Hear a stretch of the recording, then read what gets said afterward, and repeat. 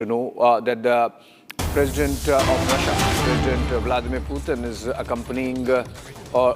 is accompanied with rather biggest delegation in recent memory from the Russian side. It includes 9 cabinet ministers, which includes his first deputy prime minister, Denis Manturov. It includes Defense Minister Andrei Belousov. It includes Finance Minister Anton Siluanov.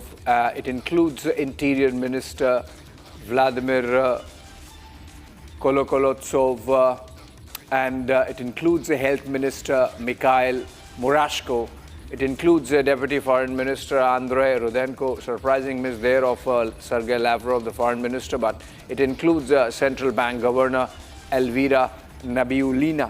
And then, of course, the huge business side of the delegation. Okay, we have now Dmitry Novikov joining us live from Moscow. He's associate professor at the HSE University, and he's a geopolitical expert. Okay, very good morning to you from here, Mr. Novikov. It must be very early morning in Moscow. Thanks for joining us. And how does it look like from Moscow? President Putin in New Delhi and the whole day of engagements with Prime Minister Modi and the delegation talks? Well, of course, for Russia, this visit is very important. And as you just mentioned, 9 ministers joined the high-level delegation, what perfectly demonstrates how serious the Russian government takes the Russia-India relations, both in economic and strategic spheres.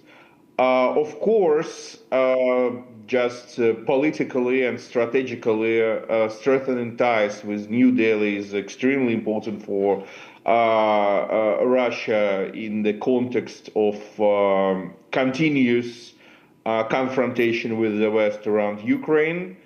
And from this perspective, their course of turn to the east, strengthening ties with Asian countries, which Russia started, well, actually a decade ago, but it was, of course, very strongly stimulated by the conflict of 2022.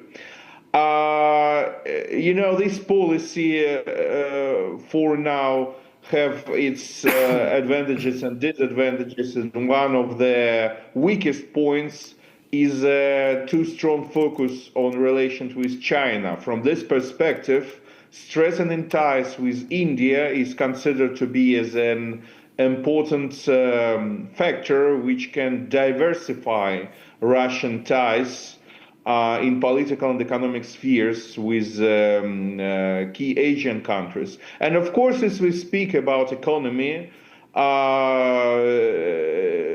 Vladimir Putin demonstrates a strong willingness to make economic ties with India much deeper and go beyond the oil exports and even arms exports. So they are ready to discuss technological cooperation, they're ready to discuss science, they're ready to discuss probably even such spheres as people-to-people relations, labor market, and so on.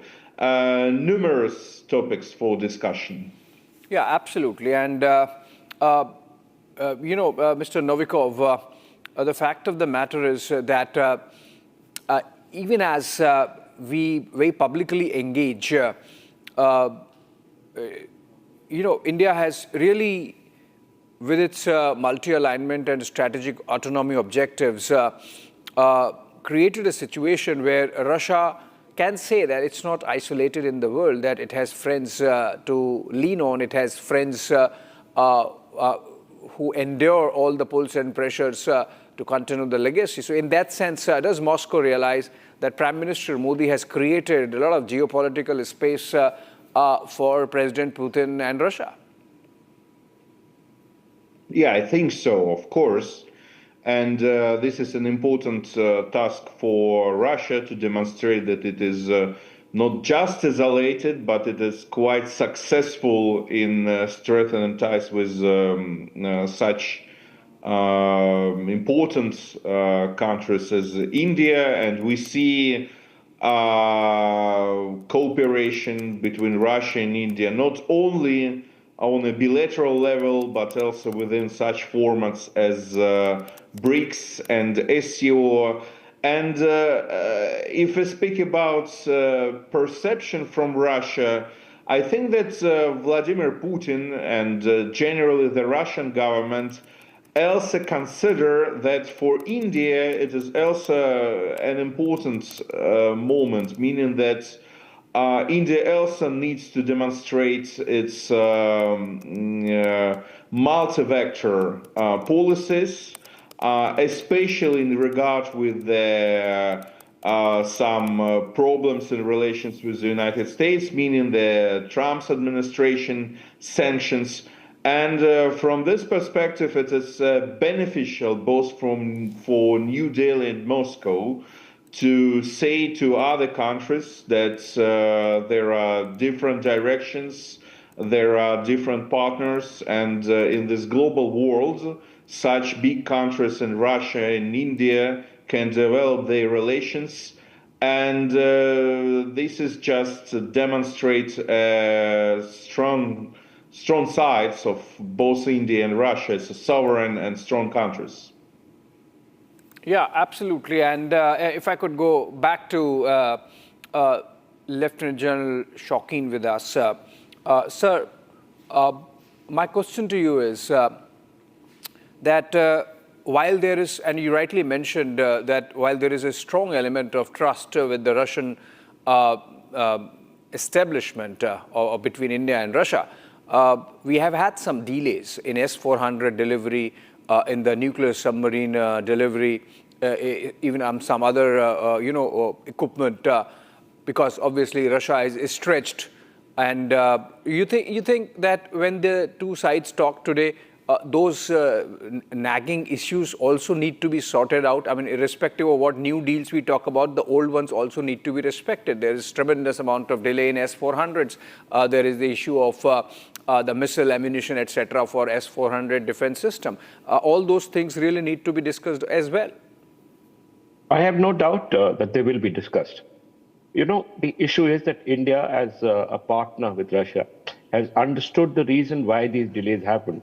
And therefore, you find no adverse talk by anybody in the government, in or out of the government. The first issue is that once we are able to do this 50% transfer technology, we would be able to create those spares, those spare parts, and those critical components ourselves. And therefore, those large delays that are created due to the need for these equipment to be created or to be repaired will probably go because of the idea that we can create this in India. The second thing is that Russia has been involved in a war. Russia has, in fact, been facing Western sanctions, critical components. So the fact that Russia is coming out with the fact that her economy is as good as it was ever means that, yes, Russia has been able to brave it out, but there have been delays. Yeah. This part has been discussed with Russia. We've discussed it yesterday in the defense conference with the Russian defense minister, and he has more or less, informed us that everything will be normal very soon. So this is the issue, and I've got no doubt that these are being discussed. Absolutely, and in fact, apart from the ministers or the cabinet ministers, the Russian delegation also includes a tremendous amount of corporate firepower, and there was a business forum that took place last evening with Commerce Minister Piyush Goyal hosting it. And from there, we have some sound bites, including one by President Putin's aide, Maxim Oreshkin. He's part of the Kremlin, and he has spoken something about the North-South transport corridor. That's very interesting. Listen to it.